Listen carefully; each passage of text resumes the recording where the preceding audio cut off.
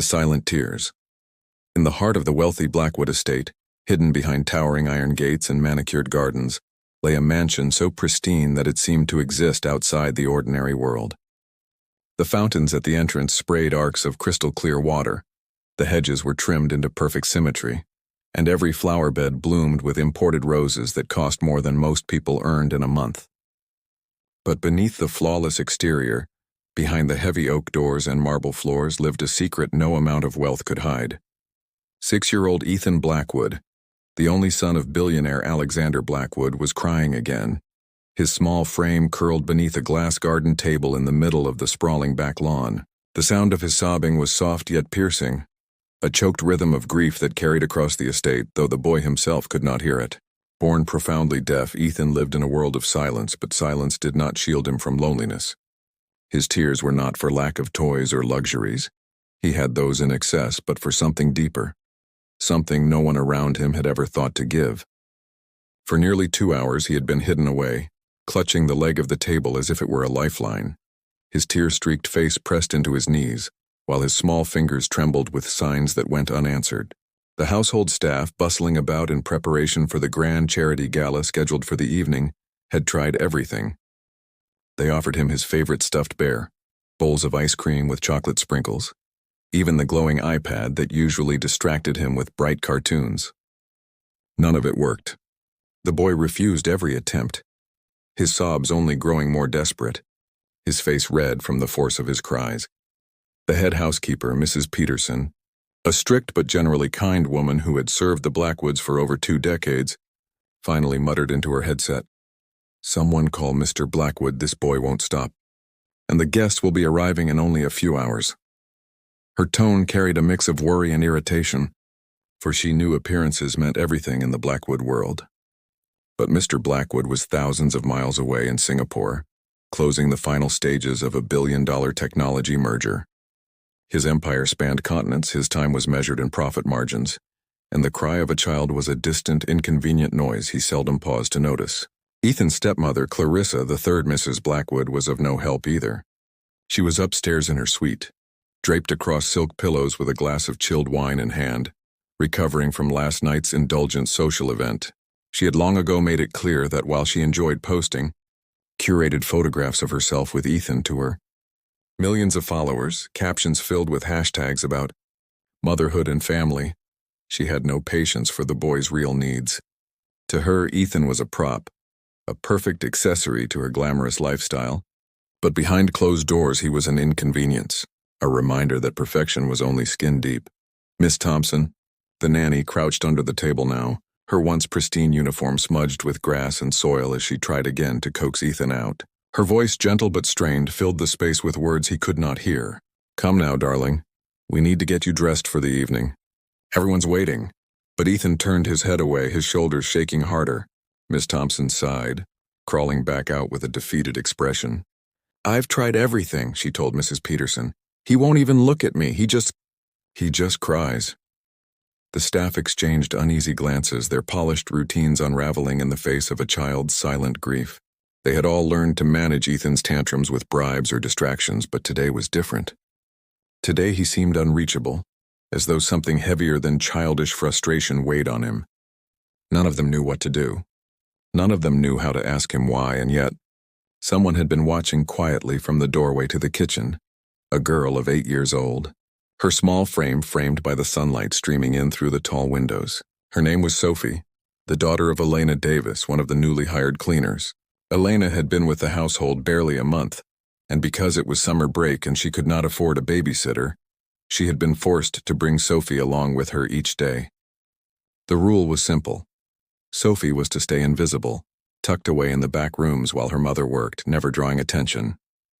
Elena had repeated the instruction a dozen times that morning alone, but children have a way of being where they shouldn't, especially when curiosity pulls at them. Sophie's eyes, wide and earnest, had followed the commotion in the garden with growing concern. Unlike the staff bustling around, she did not see a spoiled boy throwing a tantrum. She saw someone who was desperately trying to say something, but had no one who could understand. Gathering her courage, Sophie stepped onto the lawn, her sneakers squeaking slightly on the polished stone path as she walked toward the group. Her presence startled the staff, who immediately stiffened. Mrs. Peterson turned, her brow furrowing at the sight of the child. "What are you doing here?" she demanded. "Go back inside, sweetheart. This is no place for you." But Sophie didn't retreat. She glanced at the boy under the table, then back at the anxious adults. Her voice, though soft, carried an unmistakable clarity. "Have you tried asking him what's wrong?" she asked. Miss Thompson, flustered and exhausted, rubbed her temples. "He's deaf, darling. He can't hear us." Sophie nodded, her gaze never leaving Ethan's trembling form. "I know, but did you ask him in his language?" Her words hung in the air, puzzling the staff, who exchanged bewildered looks. His language? None of them had thought about it that way. Yes, they all knew Ethan was deaf, but in their eyes it was a limitation, something to be managed or worked around. They had never considered it as a language of its own, as a doorway to communication rather than a wall. Sophie walked closer to the table, her steps slow, deliberate, her small figure cutting across the immaculate lawn like a ripple disturbing still water. When she knelt down and caught Ethan's eye, something shifted. For the first time that day, his sobs quieted slightly, his teary eyes blinking at the stranger who did not look away. Then Sophie's hands began to move gracefully, deliberately, forming shapes in the air with a confidence that stunned the adults around her. She was signing, fluid, natural, the kind of fluency that comes only from familiarity and care. Ethan's breath caught, his cries halting mid-sob as he stared at her hands. His own fingers hesitated, then moved in return, clumsy but eager. It was the first real response he had given to anyone that day. The staff gasped softly, exchanging looks of disbelief. "Where did she learn that?" Miss Thompson whispered, her voice hushed, almost reverent. At the kitchen door, Elena stepped out, wringing her hands nervously. Her face flushed as she admitted, "Her cousin is deaf. They grew up close. Sophie has been signing since she was 4. The transformation in Ethan was immediate and heartbreaking. His small fingers trembled as he signed, haltingly at first, then faster, his words pouring out like a dam finally breaking. His red-rimmed eyes widened with recognition, with relief that someone, anyone, could finally understand him. Sophie signed back with patience and gentleness, her young face shifting as she listened with her hands, her expression darkening with each response. The staff hovered anxiously, watching the exchange, their ignorance laid bare in the silence that stretched between them. Finally, Sophie turned to the adults, her voice unsteady but firm. He says nobody listens, nobody learns. He says his stepmother pinches him when no one's looking. Last night she locked him in a closet because he broke her perfume bottle, and she tells him his dad doesn't want him anymore." The garden fell into a silence so complete it seemed even the birds had stopped singing.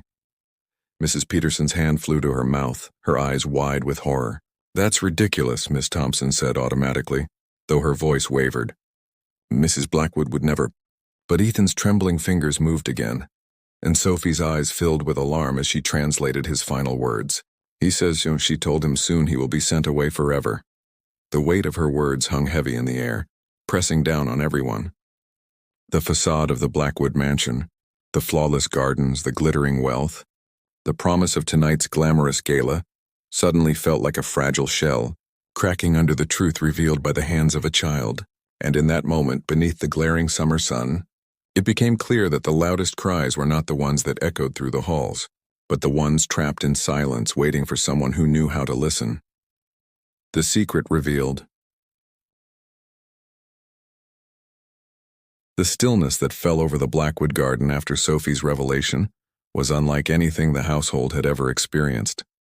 For years, the staff had lived by a code of silence, smoothing over the imperfections in the Blackwood home the same way they polished the silver or buffed the marble floors. Their job was to maintain the illusion of perfection, to ensure that the cracks never showed in the carefully constructed image Alexander Blackwood sold to the world.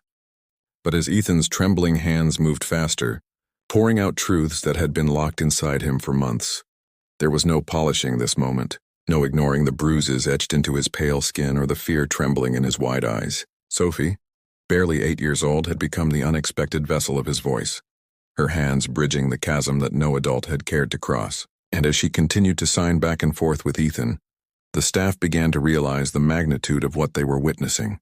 This was not a tantrum, not a spoiled boy crying because he had been denied a toy. This was a cry for help. Mrs. Peterson, who had spent half her life in service to the Blackwood family, felt her chest tighten with conflict.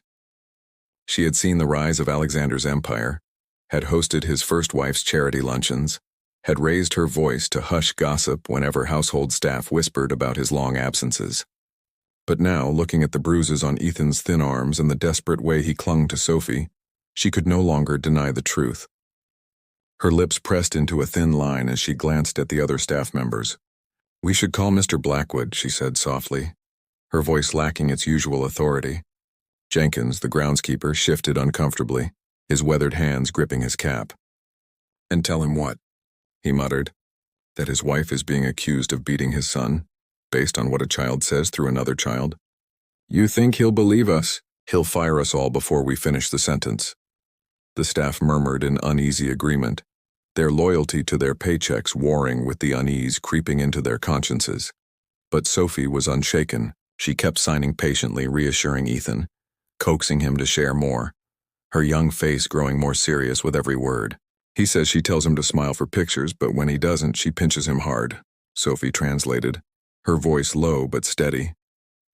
"He says sometimes she locks him in the bathroom without light, and she tells him his dad is too busy to care about him. He says she laughs when he cries." The words landed like stones thrown into a still pond, sending ripples of shock through the gathered adults. Miss Thompson, the nanny, felt her stomach lurch. She had always suspected something was wrong. Little moments when Ethan's reactions didn't add up, when he flinched at Clarissa's touch or withdrew into himself after spending time with her. But she had told herself she was imagining it, that it wasn't her place to question. Now, faced with Ethan's own confession, her guilt was suffocating. Elena, standing protectively behind her daughter, spoke up for the first time, her voice trembling. "My daughter doesn't lie. If Ethan is telling her these things, then there is truth to it. You cannot ignore this." But Mrs. Peterson snapped back, her face flushed with fear as much as anger. "And what would you have us do, Elena? March to the police? You think they will believe a cleaner and her little girl over Veronica Blackwood? The woman has millions of followers online.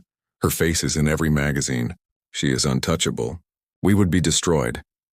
Sophie looked up from Ethan, her expression fierce despite her youth. "But he's just a boy.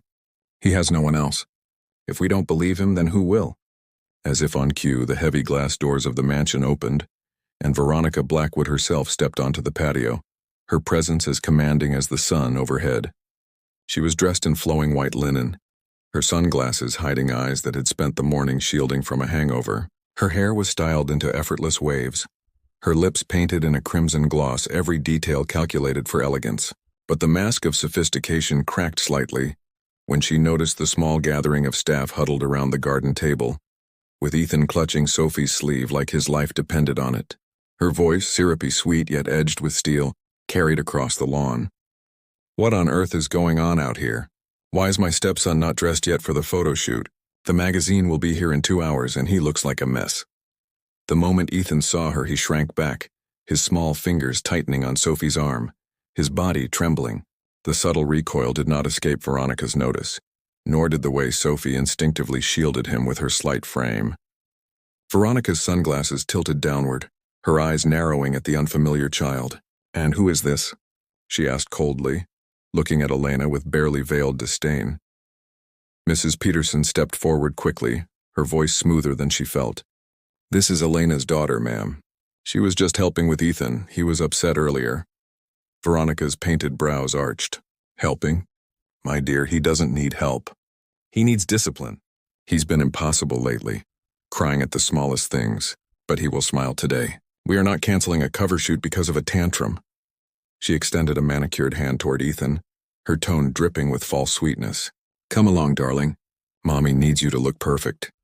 Ethan shook his head violently, his small hands flying in frantic signs. Sophie translated quickly, her voice urgent. "He says he doesn't feel well. His arm hurts. He doesn't want to go with you." Veronica's smile froze, her crimson lips twitching as though they barely concealed something darker. She lowered her hand slowly, straightening her posture. "Does it now?" she murmured, her voice suddenly flat. The atmosphere thickened, the staff glancing nervously at one another, no one daring to breathe. Veronica's gaze swept over them, landing on Sophie. "And you," she said, her tone sharpening like glass. "You speak sign language, do you? How convenient." You expect me to believe that this child can interpret the ramblings of a boy who barely knows his own mind? Sophie didn't flinch.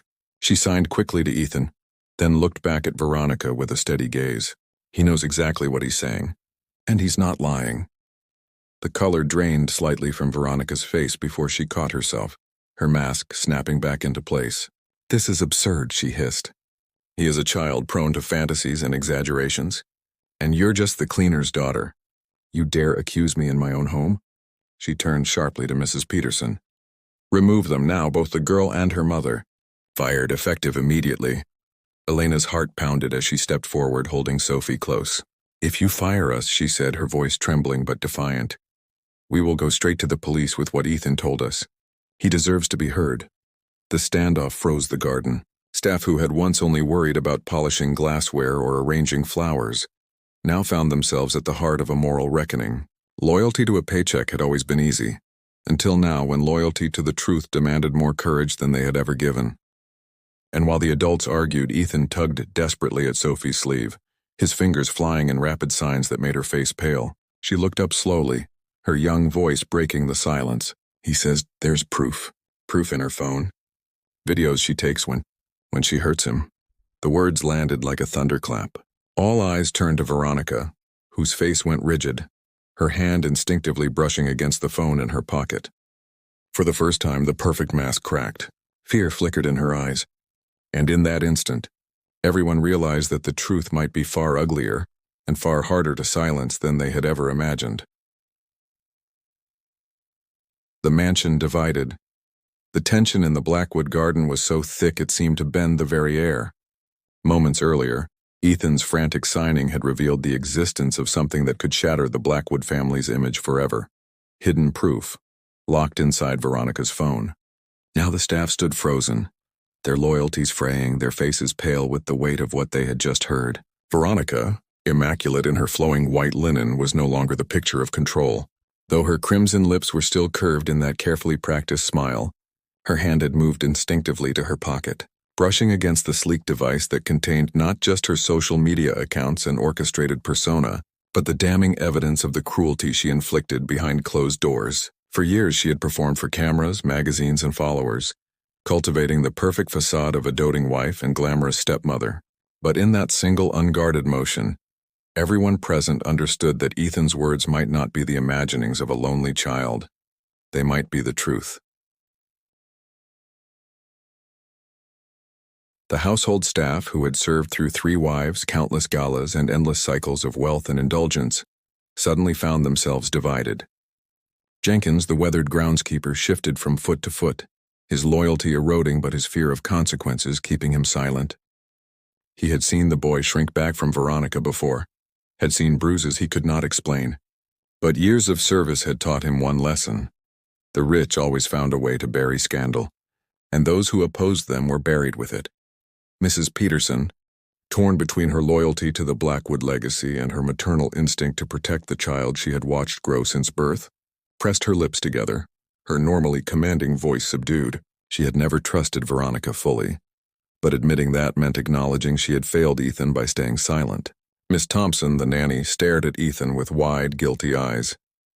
She had suspected for months, brushed aside moments that unsettled her. His sudden panic when Veronica entered the room, his unexplained tears late at night, his reluctance to leave the safety of his bedroom. But she had rationalized it away, convincing herself it was not her place to pry.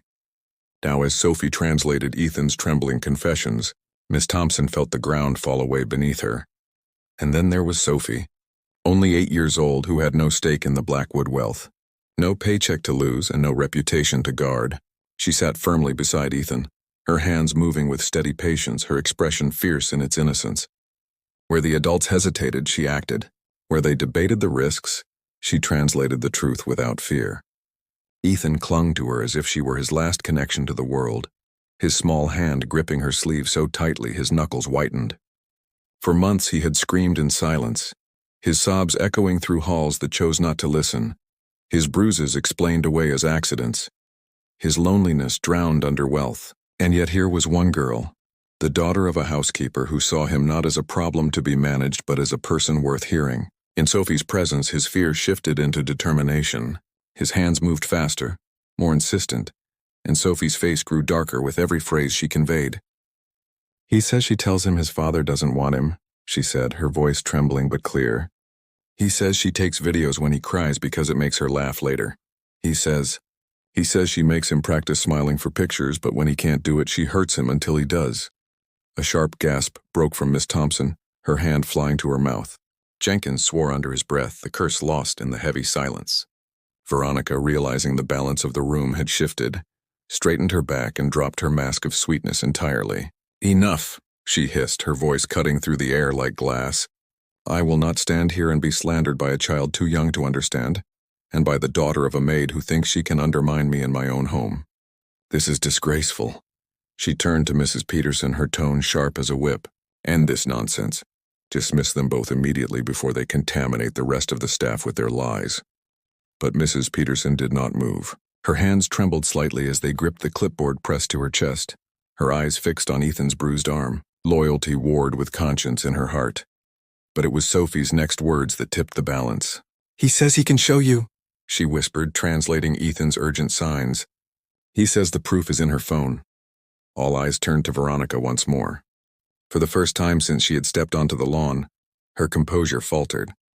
Her face, usually so perfectly controlled, flickered with something sharp and panicked. It was a fleeting crack, but it was enough. The silence shattered. Jenkins stepped forward, his jaw set, his voice low but resolute. "If there's proof, we ought to see it." Miss Thompson, though pale, nodded in agreement. "We can't just ignore this. Not anymore." Even Mrs. Peterson, torn as she was, finally lowered her clipboard and said, "Mrs. Blackwood, if there are recordings, then this matter is no longer private. It must be addressed." Veronica's eyes flashed with fury, her voice dropping to a venomous whisper. "You fools! Do you think you will survive this? Do you know who my husband is? Do you understand the power he wields? One word from me and you will never work again. Your lives will be ruined." She pointed a trembling finger at Elena and Sophie. "And as for you, how dare you step into my affairs? You are nothing. Less than nothing." But while Veronica raged, Ethan acted. With surprising speed, he darted toward her pocket, his small hand reaching for the phone he knew so well. Veronica recoiled, clutching it to her chest. But the attempt had already revealed more than she intended. The boy's familiarity with the device, his certainty of its contents, was undeniable. Sophie caught his frantic signing, her own face hardening with resolve. "He says she makes him unlock it for her when her nails are wet. He knows the code." The staff exchanged looks of stunned realization. Veronica's voice, usually honey-smooth, broke into a shriek. "This is preposterous. He's manipulating you, all of you. He's a child, and you're letting him spin fairy tales." But her shrill tone carried no authority now. It sounded desperate, cornered, exposed. Elena, quiet until now, stepped forward with a calmness that belied her racing heart. With deft movements honed from years of careful cleaning, she brushed against Veronica as though retrieving a fallen napkin, and in that instant, her fingers closed around the sleek phone. Veronica whirled, her cry of outrage splitting the air, but Elena had already passed the device to Sophie. The girl clutched it to her chest, her wide eyes turning to Ethan. With trembling hands, he tapped the familiar 6-digit code. The phone unlocked with a soft chime that seemed louder than thunder. The staff leaned in, breathless, as Ethan navigated to a folder marked only with the letter O. Dozens of video files filled the screen. Sophie tapped the first one, and the truth spilled out in undeniable clarity. The garden was filled with the cruel sound of Veronica's laughter, recorded over the sight of Ethan cowering in a dark closet, his small hands covering his ears as tears streamed down his cheeks. She taunted him, mocked him, filmed his fear for her own amusement. The staff recoiled, some with gasps, some with tears, some with fury etched across their faces. There was no denying it now. No rationalizing bruises as accidents or explaining away fear as childish imagination. The proof was there, playing on the glossy screen for all to see. Ethan's truth had finally been spoken, not in words, but in the damning evidence of a mother's cruelty. Veronica lunged forward, her voice hoarse with rage. "Give me that phone!" But Jenkins stepped between her and the children, his weathered hands clenched into fists. For the first time in decades of service, he looked at his employer's wife not with obedience but with defiance. "No, ma'am," he said firmly. "Not this time. Mrs. Peterson, her hands shaking, pulled out her staff phone. Her voice, steady but trembling at the edges, broke the silence. "I'm calling Mr. Blackwood. He deserves to know." Veronica's scream split the air, the fury of a woman watching her empire crack beneath her. But it was too late. The perfect mansion, once untouchable, was now divided. Truth had broken through the silence, and no amount of wealth could stop it from spreading. When truth confronts power, the Blackwood mansion no longer felt like the polished palace it had been that morning. A storm of whispers swept through its halls, the staff divided between disbelief, outrage, and fear. Some clung to Veronica's words, terrified of losing the security their employment afforded, while others could not shake the memory of the damning video, its cruel laughter still echoing in their ears. By evening, the atmosphere had curdled into something thick and suffocating, and every chandelier sparkled above them like a mocking reminder that perfection was nothing but a fragile performance. Veronica had locked herself in the East Wing, surrounded by her attorneys and PR consultants, while the rest of the house waited for the inevitable arrival of Alexander Blackwood. When he finally returned, stepping into the grand foyer after a grueling flight from Singapore, he was not the larger-than-life figure immortalized in newspapers and financial magazines. He was a man worn thin, his suit crumpled from travel, his eyes dark with exhaustion. But fatigue did not blunt the aura of power he carried, the kind of presence that made every servant straighten, every word falter. He paused only briefly as his security and crisis manager murmured updates into his ear, then demanded in a voice heavy with suppressed fury, "Where is my son?" The words rolled across the foyer with the weight of thunder. The staff exchanged wary glances before Miss Thompson spoke, her voice subdued. "He is in the sunroom, sir, with the social worker. Sophie is with him. He refused to speak with anyone else." Alexander's jaw tightened. He moved swiftly, his polished shoes striking against marble, and when he entered the sunroom, the sight that met him stopped him cold. Ethan was curled in the corner of the sofa, his small frame rigid, his hands still trembling from earlier. Beside him sat Sophie, her young hands moving patiently, her presence calm and unyielding. Ethan's wide eyes lifted to his father, searching, uncertain. Alexander froze at the distance in his son's gaze. He realized with a pang sharper than any corporate loss that this child barely knew him. He had given Ethan everything money could buy, yet nothing that mattered. The silence between them stretched like a canyon. Then, with a tentative hand, Sophie signed to Ethan, coaxing him to speak. The boy hesitated, his fingers fumbling at first, then moving faster, pouring out months of pain. Sophie translated quietly, her voice soft but resolute, while the father listened with a face carved in stone. "He says he tried to tell you many times, but you were never there. He says she pinches him when he doesn't smile for her photos.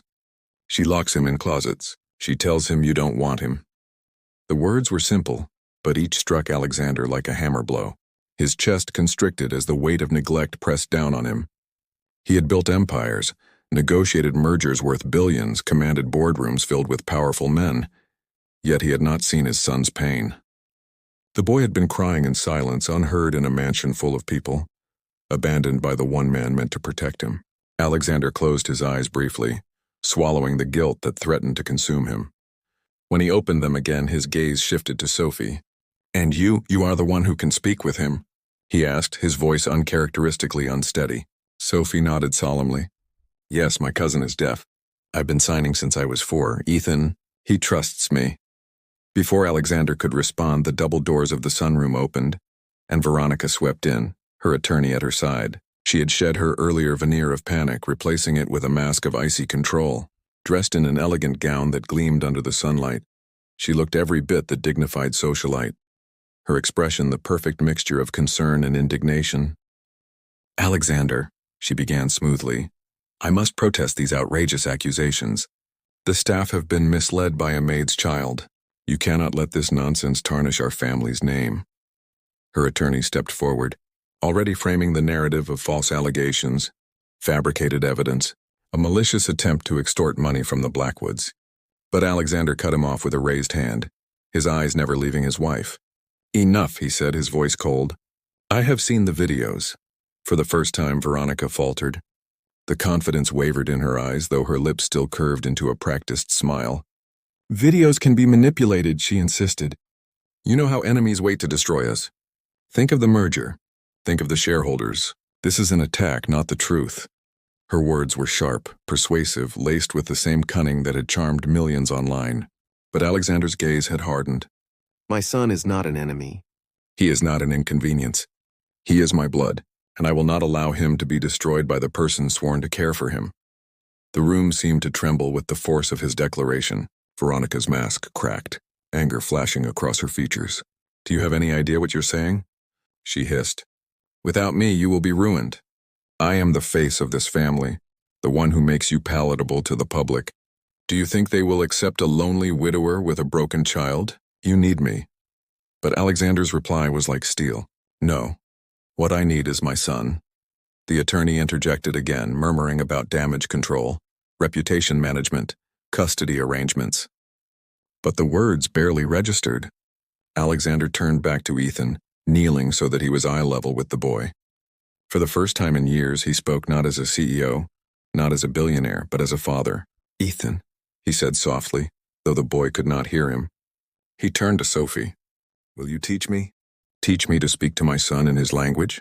Sophie nodded, her eyes shining with a mixture of fear and determination. She signed to Ethan, translating the words, and the boy's tears fell silently. His hands moving slowly in return, Sophie's voice trembled as she conveyed his response.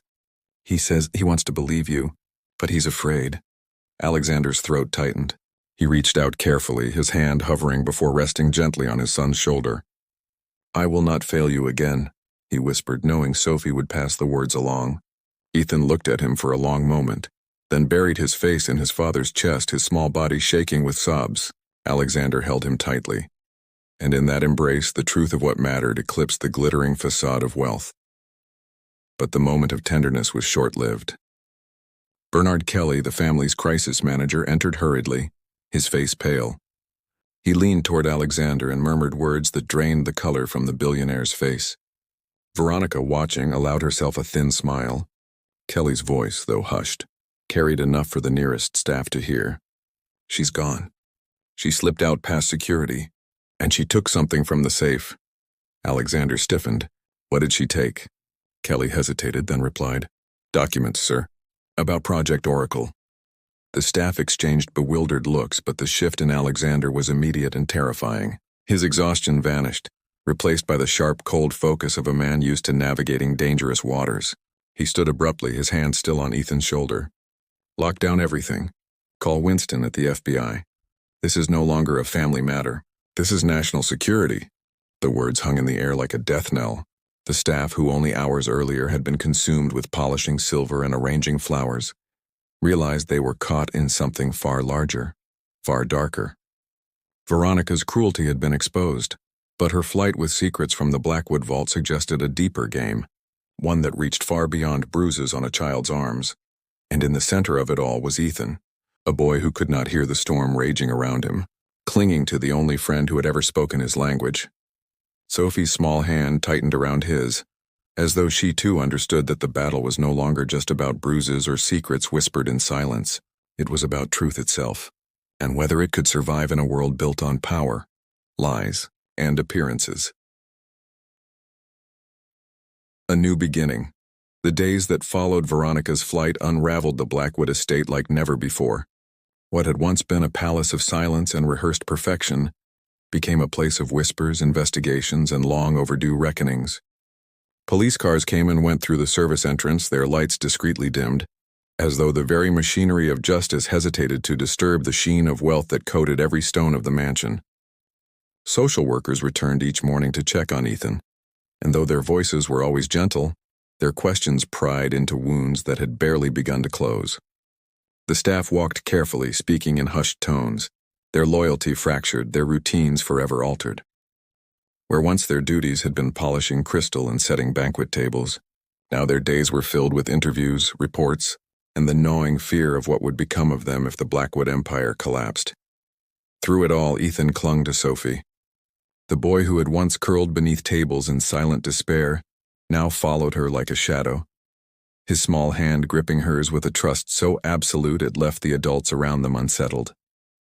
Sophie, despite her age, bore the weight of his reliance with a calmness beyond her years.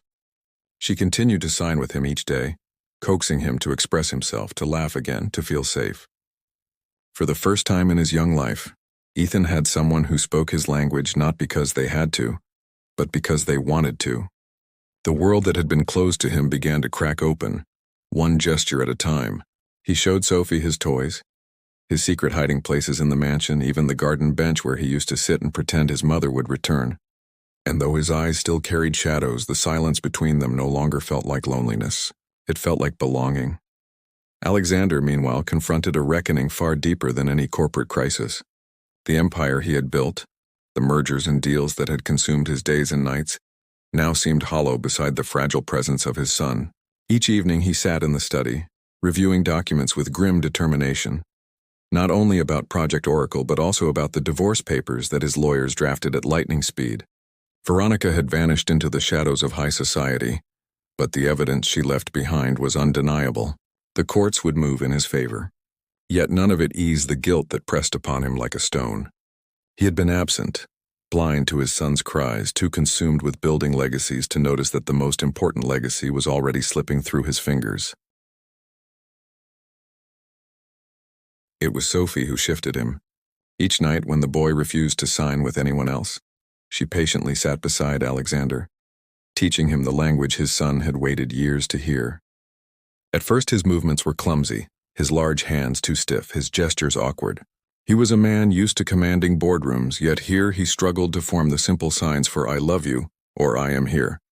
But Sophie encouraged him with patience, and Ethan, hesitant at first, began to respond.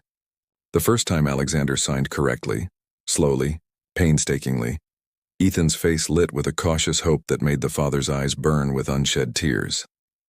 It was then Alexander realized that no merger, no title, no wealth would ever match the power of earning back his son's trust. The mansion itself began to change in small but profound ways. Where once silence had been a void, now it became a language. Mrs. Peterson arranged for lessons in sign language for all staff members, ashamed that it had taken an 8-year-old girl to remind them of their duty to the child they had served since birth. Miss Thompson, racked with guilt, threw herself into learning as quickly as possible, vowing never again to excuse what her instincts told her was wrong. Even Jenkins, the old groundskeeper, practiced simple signs, his weathered hands awkward but determined. Slowly, the Blackwood estate transformed from a place where Ethan had been unseen to a home where he could finally be heard. And yet, the shadows of Veronica's betrayal lingered. Though the courts prepared to strip her of influence, her absence carried whispers of unfinished danger.